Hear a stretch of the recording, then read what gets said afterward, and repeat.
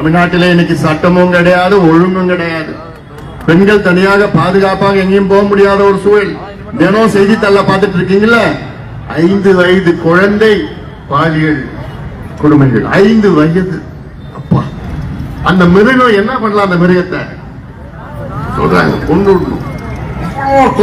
அவ்வளோ 8 பேர் சேர்ந்து ஒரு குழந்தைய பாலியல் பண்ணும், 7 பேர் சேர்ந்து ஒரு கல்லூரி பெண்ணை கற்பழிக்கிறது. இது நான் நினைச்சேன் இது பீகார், சத்தீஸ்கர், உத்தரப்பிரதேச இல்ல, நம்ம ஊர்ல நம்ம தமிழ்நாட்டில் நடக்குதுன்னா இதை நடக்க விடணுமா? விட்ட முடியுமா? அவங்கள இந்த பயம் இல்லை, அவங்களுக்கு இந்த பயம் இல்லை. நான் மட்டும் ஆட்சியில் இருந்தேன்னா அதெல்லாம் வேற மாதிரி பண்ணிடுவோம், வெட்டிடணும். எவன் செய்யறானோ வெட்டி வயக்கில் நினைக்க மாட்டான். அதுக்கப்புறம் எவனா பண்ணுவானா? ஐயோ இவனுக்கு வெட்டிடுவானுங்கண்ணா, அந்த பயம் வரணும். இல்ல, இப்ப பயம் இல்ல. ஏன் இது செய்யறாங்க தெரியுமாமா?